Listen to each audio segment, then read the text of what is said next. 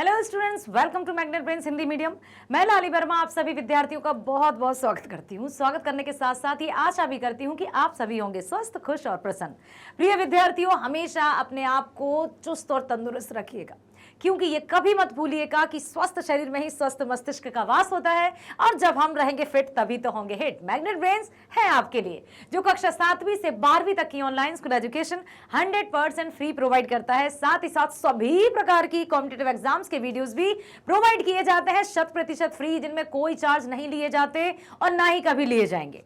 तो मैं तो आपसे यही कहूंगी कि हर एक विषय के वीडियोस देखो, लाइक करो, सब्सक्राइब करो, अधिक से अधिक शेयर करो। और अब तो आ गई है मैग्नेट ब्रेन्स की बुक्स और ई बुक्स, जिनमें है ढेरों MCQs, sample papers, previous year question papers with solutions, जो आपको बोर्ड परीक्षा में तो हेल्प करेंगे ही करेंगे, साथ ही साथ जो भी कॉम्पिटिटिव एग्जाम आप देने वाले हैं उनमें भी बहुत बहुत बहुत आपकी हेल्प करने वाले हैं। तो डिस्क्रिप्शन में जाइए, क्लिक कीजिए, लिंक दी गई है, जिससे आप खुद पता लग जाएगा आपको कि यस, लाली मैडम ने कहा है, बिल्कुल सही कहा है। बताना मुझे फिर, ठीक है, कमेंट बॉक्स में अपने कमेंट देकर। अब हम चलते हैं इस वीडियो की तरफ।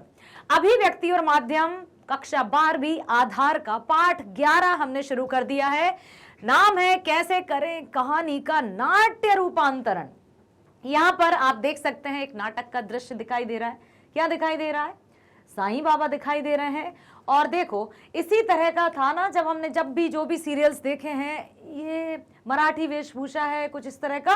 तो जब भी किसी कहानी का नाट्य रूपांतरण किया जाता है तो सबसे पहला जो प्रभाव रहता है वो मंच, साज सज्जा और वेशभूषा। साज सज्जा के अंतर्गत वेशभूषा भी आ जाती है।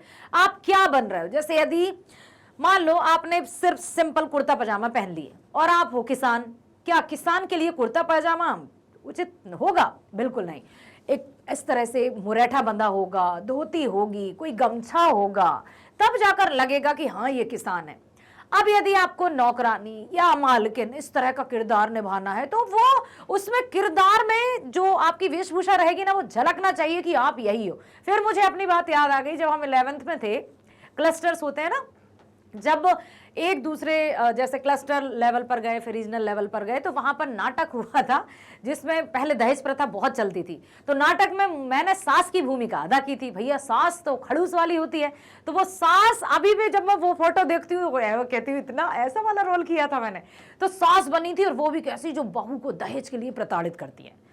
अब आप ये मत सोचना कि मैडम आप ऐसी हो क्या। अरे भाई ये है कि जैसी भी भूमिका दी जाए हमें अपने आप को उसमें ढालना होता है।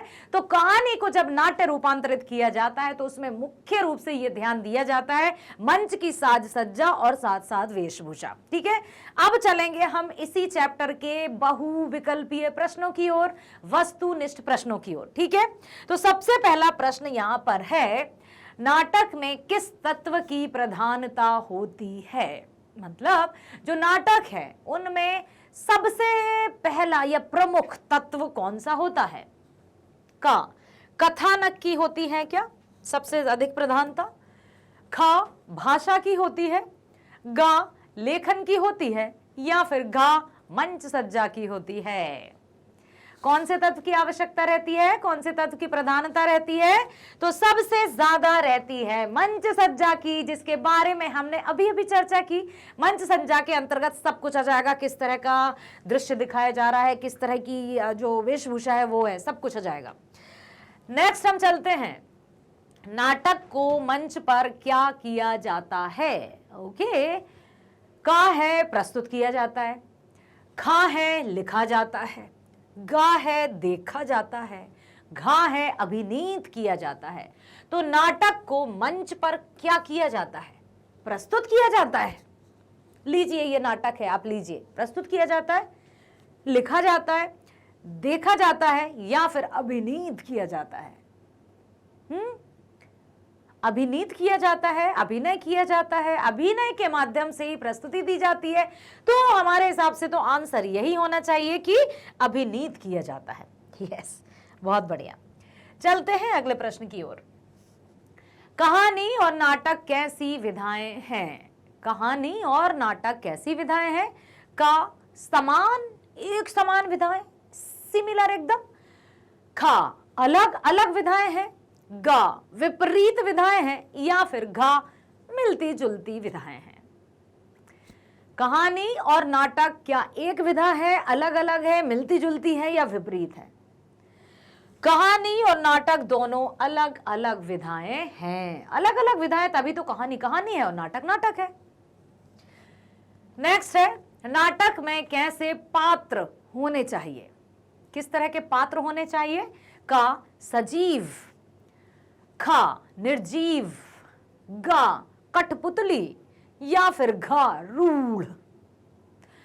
नाटक में कैसे पात्र होना चाहिए? सजीव, निर्जीव, कठपुतली या रूढ़?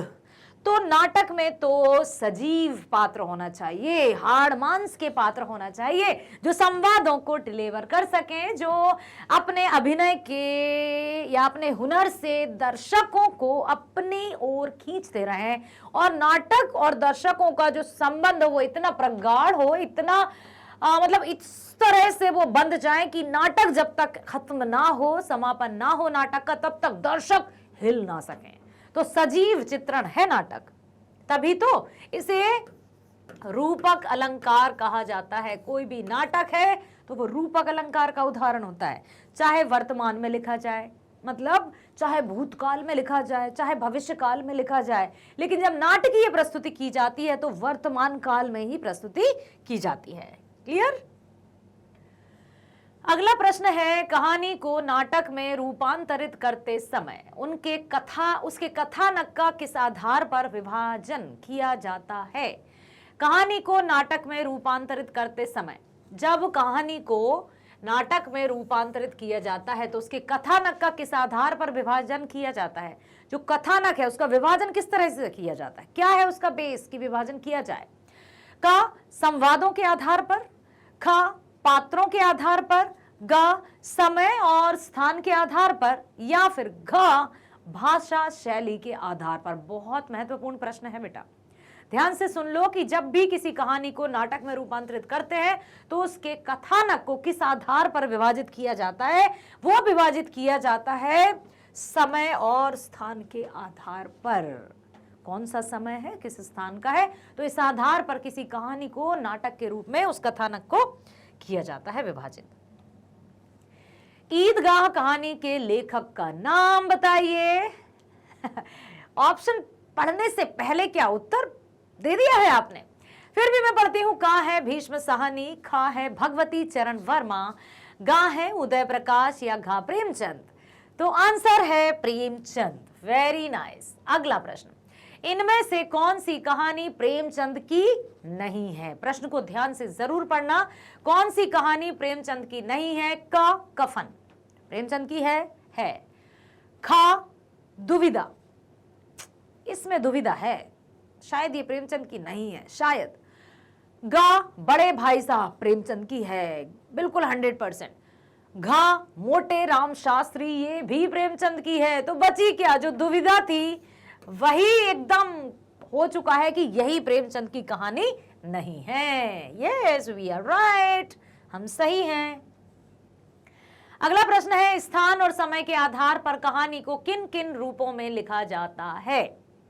किसके आधार पर? स्थान और समय के आधार पर। का संवादों के रूप के आधार पर, मतलब संवादों के रूप में। खा देश काल के रूप में। गा भाषा शैली के रूप में। घा दृश्यों के रूप में। तो ये लिखा जाता है दृश्यों के रूप में, क्योंकि बात हो रही है स्थान की और समय की, तो ये दृश्यों के रूप में ही लिखा जाएगा ना। दृश्य देखे जाएंगे, स्थान और समय दृश्य ही बताएगा। यदि शाम का समय है या संध्या का समय है तो कुछ इस तरह का दृश्य प्रस्तुत किया जाएगा जिससे लगे कि शाम हो गई है या रात होने वाली है। तो दृश्यात्मक रूप से ही ये बताया जा सकता है। ठीक है, चलते हैं अगले प्रश्न की ओर। नाटक का प्रत्येक दृश्य कैसा लगना चाहिए? जो प्रत्येक दृश्य वो किस तरह का लगना चाहिए? का कथानक का आरंभ लगना चाहिए। खा कथानक का हिस्सा लगना चाहिए। गा कथानक का मध्य लगना चाहिए, या फिर घा कथानक का अंत लगना चाहिए।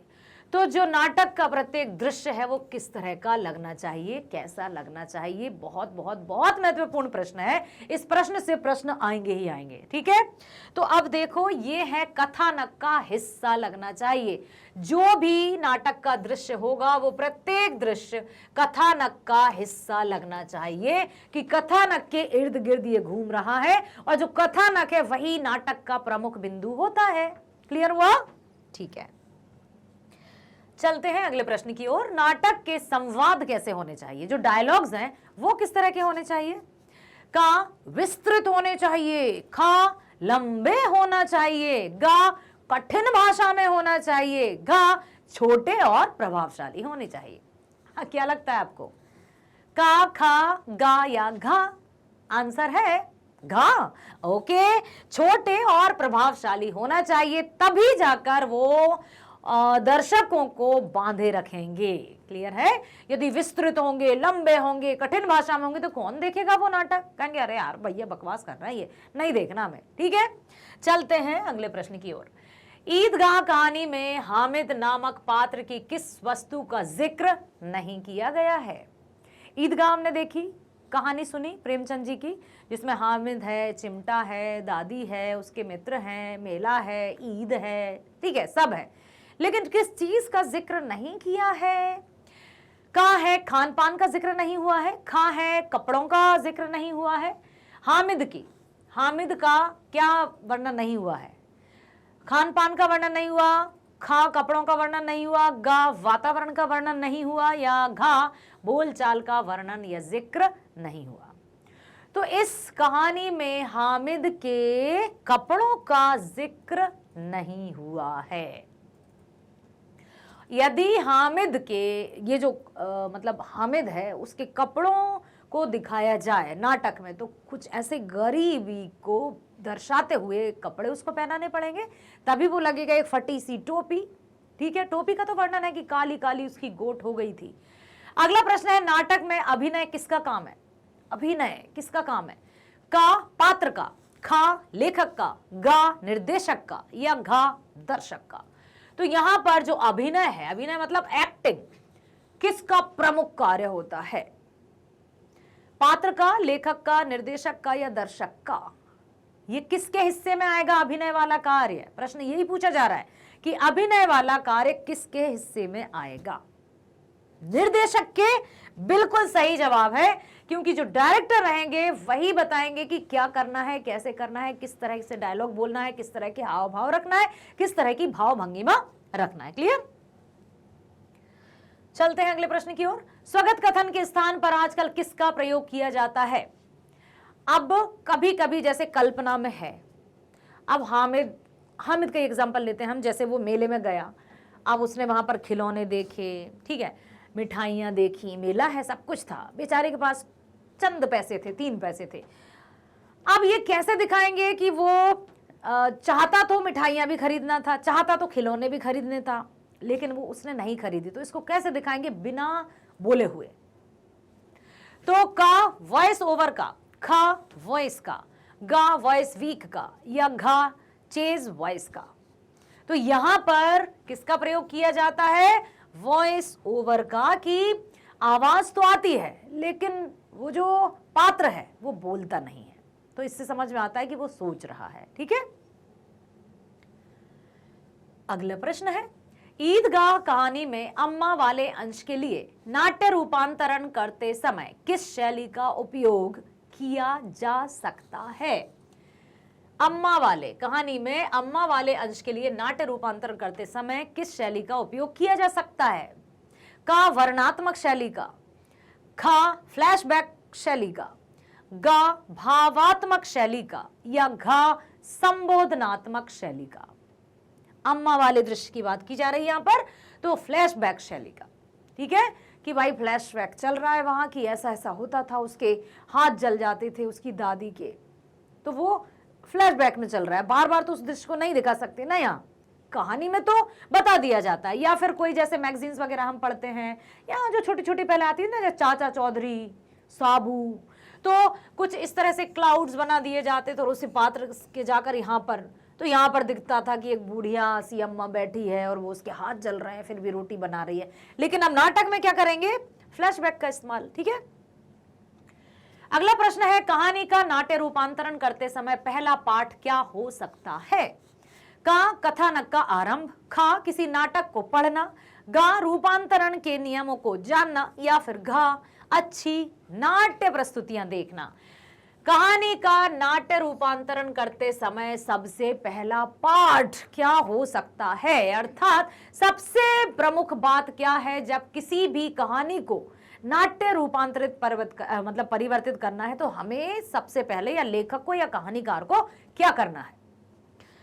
अच्छी नाट्य प्रस्तुतियां देखना है, क्योंकि देखकर ही हम सीखेंगे, पढ़कर हम सीखेंगे, तभी तो कुछ सीख पाएंगे ना। अब हम सोचे नहीं, हमें ना देखना है, ना सुनना है, ना कहीं से सीखना, हम अपने आप करेंगे, पता नहीं वो क्या हो जाएगा। तो कहीं ना कहीं से हमने देखना होगा, सुनना होगा, समझना होगा, अनुभव प्राप्त करना होगा, तब जाकर हम जो कार्य करेंगे वो एकदम शीर्ष पर भले ही ना जाए, लेकिन हम शुरुआत तो कर देंगे ना। ठीक है, तो यहां पर यही आवश्यक है कि जब भी कहानी लिखी जाए तो पहले कहानी अधिक पढ़ना है, नाटक में परिवर्तित करना है तो अच्छी नाट्य प्रस्तुतियों को देखना होगा। क्लियर हुआ? वेरी गुड, बिल्कुल सही। मैं आपसे यही कहूंगी बेटा कि आपको बहुत अच्छे से पढ़ाई करना है, क्योंकि मैग्नेट ब्रेन सिर्फ और सिर्फ आपके लिए है, जो कक्षा 7वीं से 12वीं तक की online school education 100% free provide करता है। बिल्कुल 100%। तभी तो मैं कहती हूं कि सभी विषय के वीडियोस देखो, लाइक करो, सब्सक्राइब करो, सब्सक्रिप्शन का कोई चार्ज नहीं है। और तो और आपके लिए है सभी तरह की, सभी प्रकार के कॉम्पिटिटिव एग्जाम्स के वीडियोस भी फ्री। अब आ गई है मैग्नेट ब्रेन्स की बुक्स और ई बुक्स, जिनमें है MCQ, sample papers, previous year question papers with solutions, जो आपको ना केवल बोर्ड एग्जाम में उपलब्धि या सफलता दिलाएंगी, बल्कि आपकी जो भी कॉम्पिटिटिव एग्जाम आप देंगे भविष्य में, उनको भी क्रैक करने में आपकी पूरी हेल्प करेंगी। इसलिए बने रहिए हमारे साथ। मिलते हैं एक और नए वीडियो के साथ। Bye, thank you so much.